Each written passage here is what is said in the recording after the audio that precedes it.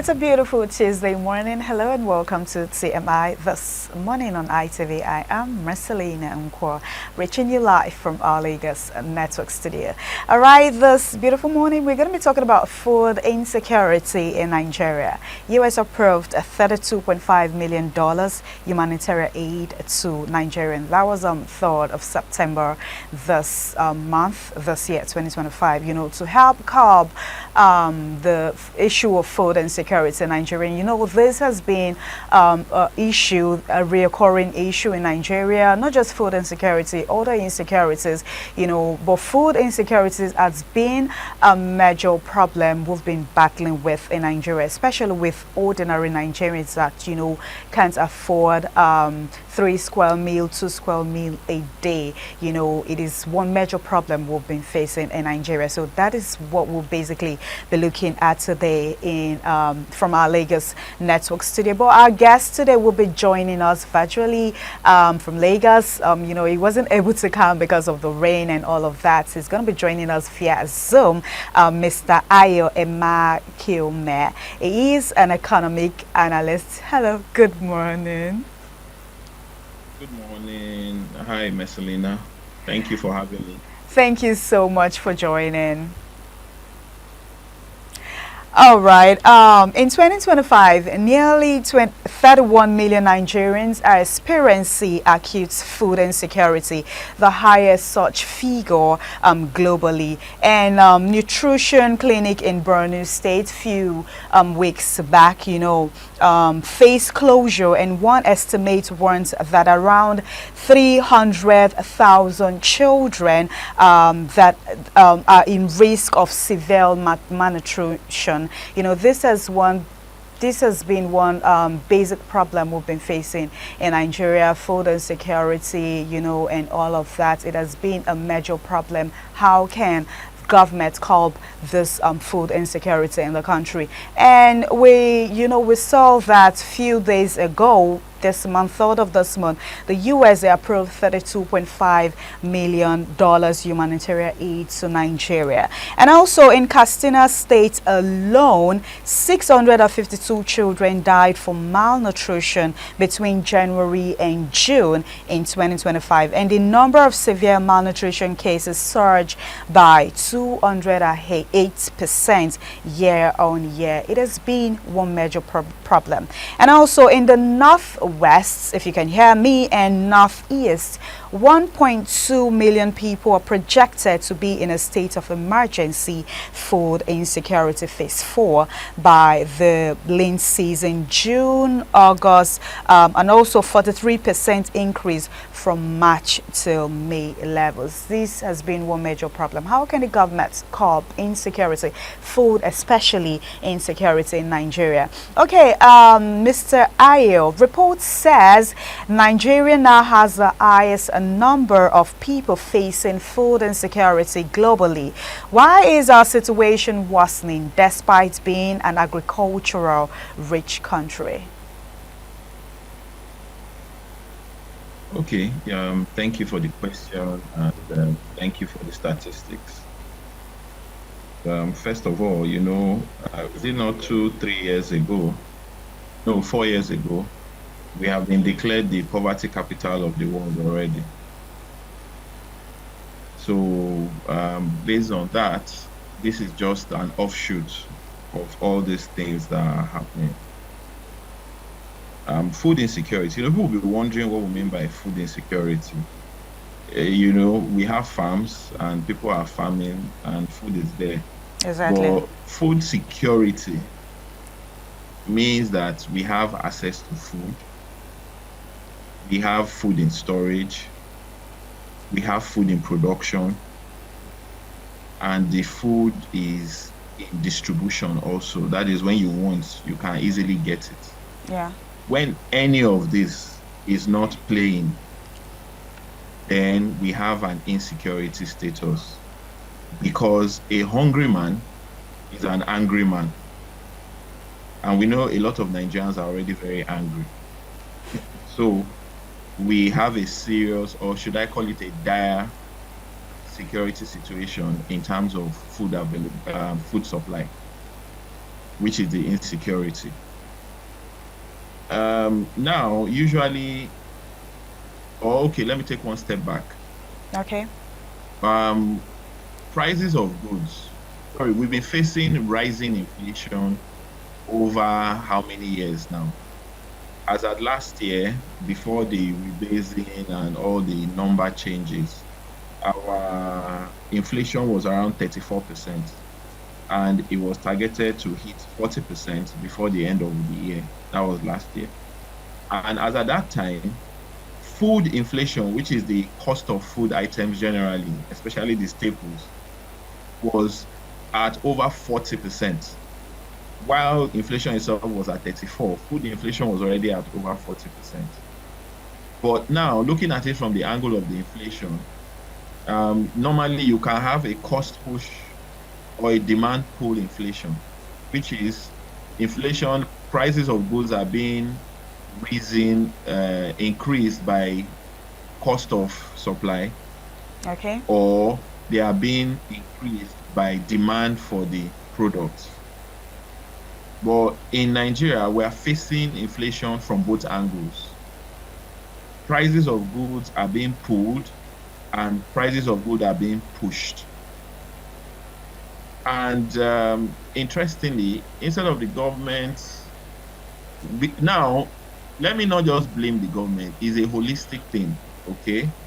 The government just has a bigger part of the blame because they lay the ground, they lay the foundation, okay?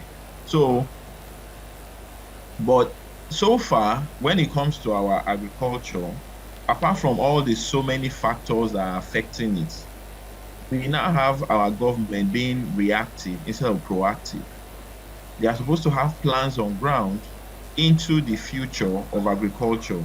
But what they do is they have like these statistics now and say, oh, people are hungry. What do we do?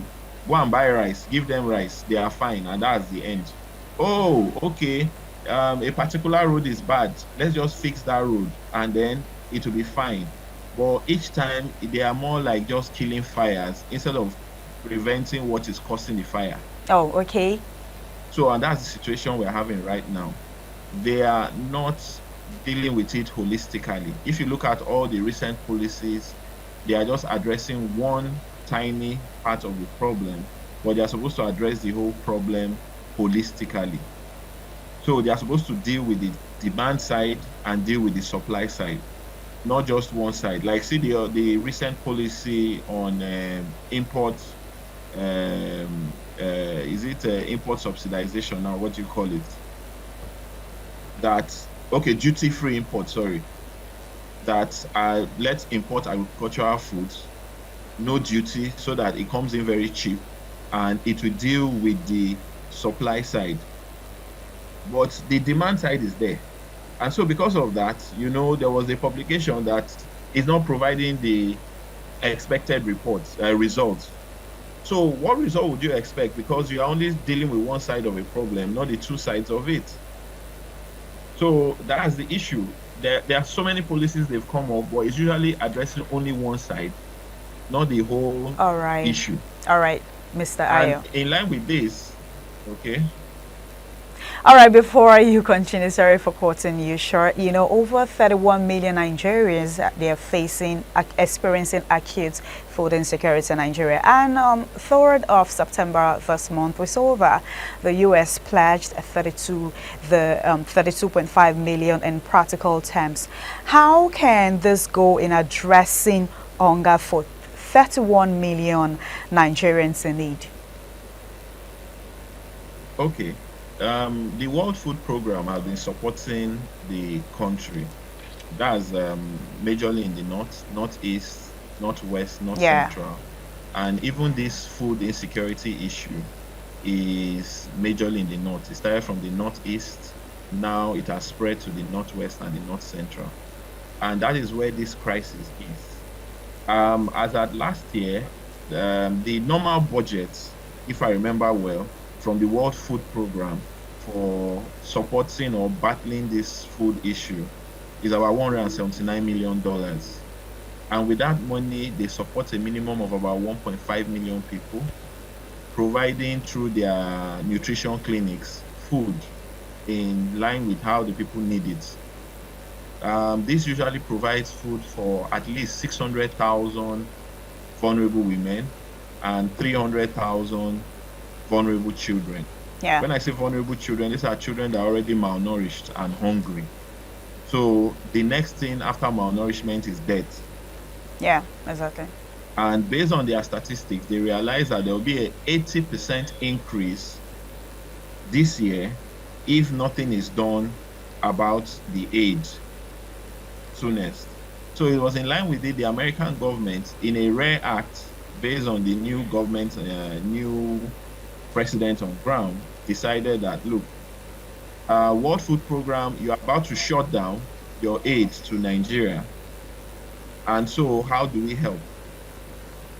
So they got into discussion, and as of July, the World Food Program actually shut down, which was why they had to close 150, the whole 150 nutrition clinics that are there in the northeast. Yeah, talking about that, you don't. So it was in line with that. The federal government, the United States now gave $32.5 million as humanitarian aid, not to the Nigerian government, but to the World Food Program to support food aid that they've already been doing. Okay. So what this is now supposed to do is provide food support, to those, especially the vulnerable people, of up to about 700,000, if I remember well, so as to keep them from being wasted or going out. Most especially the 300,000 children that would have moved from malnutrition to the next level. So that's what the World Food. Yeah, you mentioned some. All right, thank you. You mentioned something, Mr. Ayo, about clinics shutting down, and we also heard in Borno State and also in Katsina, where clinics were shut down in Borno, and malnutrition death in Katsina. It has been a major problem at this point. What do you think the government can, do about this whole situation? And also, before that, what system are in place to ensure that food, voucher supplements actually reaches those who need it the most and not diverted? Well, what government can do, what I see is that they need to partner with the World Food Program, because they already have a structure on ground that seems to be very effective. Okay. Where the World Food Program support goes to those that need it, not those that don't need it. And obviously the funds are not being diverted. So if government is serious with supporting, fighting hunger, then it will be a situation of partnering with the World Food Program, following their structure and ensuring that they provide support or food for the vulnerable people. That's one. Two, they need to now sit down and come up with holistic, long, medium, and short-term plans that are realistic and implementable to ensure that this situation does not repeat itself by, one, food prices being stable, two, food prices coming down, and then three, food being available over the long term. Now, we have food, but the issue now is that post-harvest losses goes as high as 60%, which means if we produce 1 million tons of food, it's only about 400,000 of that enters the market, which is why it's very expensive and it needs to be addressed. And then government should now create an enabling environment for private investors to be able to invest in the agricultural food chain to minimize these post-harvest losses, like storage systems, distribution systems, and then infrastructure systems. If those three can be addressed, there will be a major reduction in the food insecurity presently. Okay, thank you. Do you think at this point the foreign countries, supporting Nigeria and all of that, do you think Nigeria has become over-dependent on foreign aid instead of strengthening domestic food security system?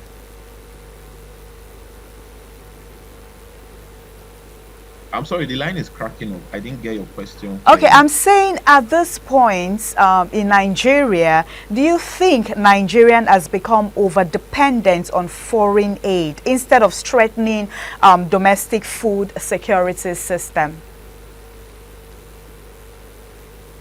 I won't say they are over dependent. They Okay, are working with what they can get. interesting. So instead of looking at it on over dependence on foreign aid, we need to look at it from a different perspective, which is we are not harnessing our capabilities in being self-sustainable. So even though the aids are coming and we need more actually as much as we can get, there now needs to be a plan on ground where, oh, over the next 5 years, we would have developed our systems and our structures such that we will be not needing foreign aids. In fact, we will be the one now supporting companies to provide aids, which will be in line with all I had just mentioned earlier. But that are we being over dependent? No. As of right now, it's an emergency situation. And when it's an emergency, you work with what you can get, everything you can get. And then with that on ground, you now start carrying out long-term plans to ensure that you don't go back with cap in hand to get more aids in the nearest future. Thank you. Okay, at this point, you do not think Nigerians were over dependent, on this foreign aid to curb insecurity, food insecurity in Nigeria. It's a good thing that, like you said earlier, you are not, you are very, very sure that, this food or the money would definitely get to these people and not diverted. Okay, interesting. Okay, at this point, what role should the Nigerian government play to complement this foreign aids? They're supporting Nigerian. What role do you think the Nigerian government needs to play to support foreign aid or to appreciate the foreign aids? If you can hear me. Okay. Yes, I can hear you. If I want to take you from your last statements to appreciate the foreign countries, that's America specifically, and the World Food Program, that's the UN, is to thank them basically, and then to show that you really appreciate what they do. You now take serious and realistic steps towards dealing with what is causing the food insecurity in the first place. One is general insecurity in the north, that's the northeast, north central, and the northwest. We need to now, instead of touching the issues reactively, we need to now deal with them deliberately and intentionally. That is, we respond and not react to those issues. After dealing with insecurity, or while dealing with insecurity, we have the environmental factors. That's desertification, flooding, and all those other issues that are affecting our agricultural systems. Is high time they take serious steps too towards attending to them and not just paying lip service to say, oh, we are doing this, we are doing that. Then thirdly, we need to start addressing technology, because we have the volume of land, we have the volume of manpower, but we are not producing enough. I don't even think we are doing 40% of what our capacity should be in terms of agricultural output. But technology now, if it's embraced and utilized and applied highly, then automatically we will be doing over 100% of our capacity over time. So that also should be embraced. Okay. And then the government should, take the bull by the horn and be realistic. Or should I say, yes, let me put it like that. For example, now, they promised 2,000 tractors to farmers about Exactly. 4 or 5 months ago. Yeah. The tractors are on ground. So why is it that they've not been released to the farmers?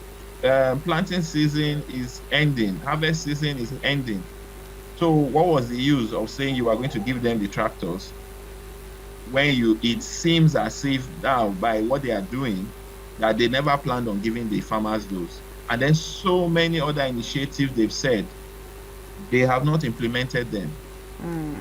So it's more like paying lip service to Yeah. everything they are saying. We need them to be more realistic now and be more practical in dealing with these issues.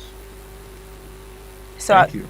okay, so at this point, the government needs to be realistic. They need to put, not just coming out to say things, they need to implement those things, saying that they're giving this amount of tractors to farmers, and the tractors is available, but they've not given it to farmers yet. We don't know why. Why is it taking time? And you also mentioned about, talk about not just before we can tackle food insecurity, we need to look at insecurity in general, whereby farmers are able to go to their farm and farm in peace without being scared that they would be attacked by herdsmen or kidnappers, or Bandit. going to the farm. They're already scared that, how am I going, will I go to this farm and come back without being attacked? Government needs to, according to you, government needs to put insecurity in general in place before even looking at food insecurity. Okay, that is a good one. We're still on TMI. All right, let's quickly take this. If you can hear me, Mr. Ayo, should Nigerians be worried about depending too heavy on foreign donors for food security? Okay, we talked about that already.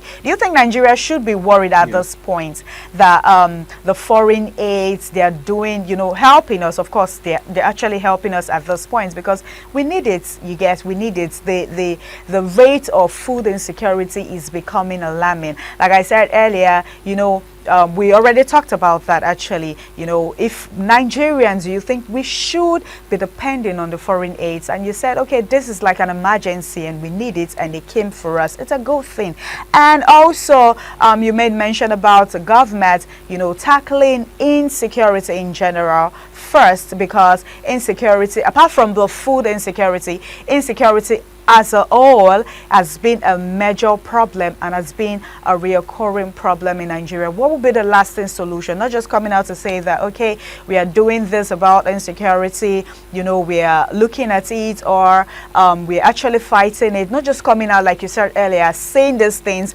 Do we implement the laws? I'm talking about our government. Coming out to say a particular thing, do we implement that thing we are saying? It's not just about saying, I would do this, I would do this. Do we implement that particular thing we've talked about? All right, we're still on food insecurity in Nigeria. How can government curb food insecurity in Nigeria? Because it has been one major problem in Nigeria that we've been battling with. How can this come to an end? Will it really come to an end? We'll go to the market, food prices is very expensive. What about ordinary Nigerians that are not earning well, that have families? How do they eat? Now, the problems of Nigeria, the problem we Nigerians, or would I say ordinary Nigerians, are facing at this point is not just insecurity in general. We'll talk about food insecurity, you going out and coming in back home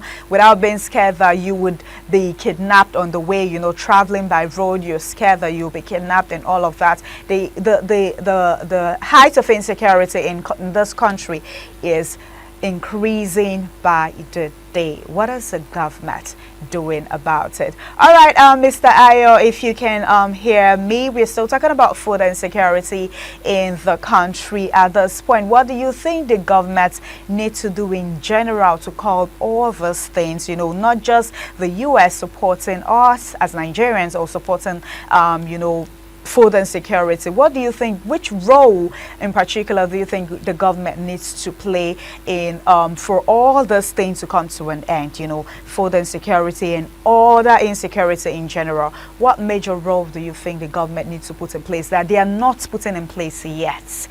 I'm not just talking about this current ruling government, other governments to come. What role do you think they should look at? What do you think they should look at specifically to be able to end not just food insecurity, but all other insecurity in Nigeria as a whole? Okay. First of all, they need to continue what they are doing presently, which is they need to do it more. There is more troops on ground. The troops are properly kitted. They have all the equipment they need, and then they have all the support they need. Well, Oh, the kind of should I call it the war, the kind of war we have presently now, it goes beyond just physical battles. The country is divided along tribal and religious lines, Okay. and it is very prevalent in the north. Thank you so much, Mr. Ayo, for joining us on TMI Socials this morning. And thank you all for watching from our Lagos Network studio. We would now be handing over to our Benin Network studio for the continuation on TMI. I am Marcelina. Do stay tuned.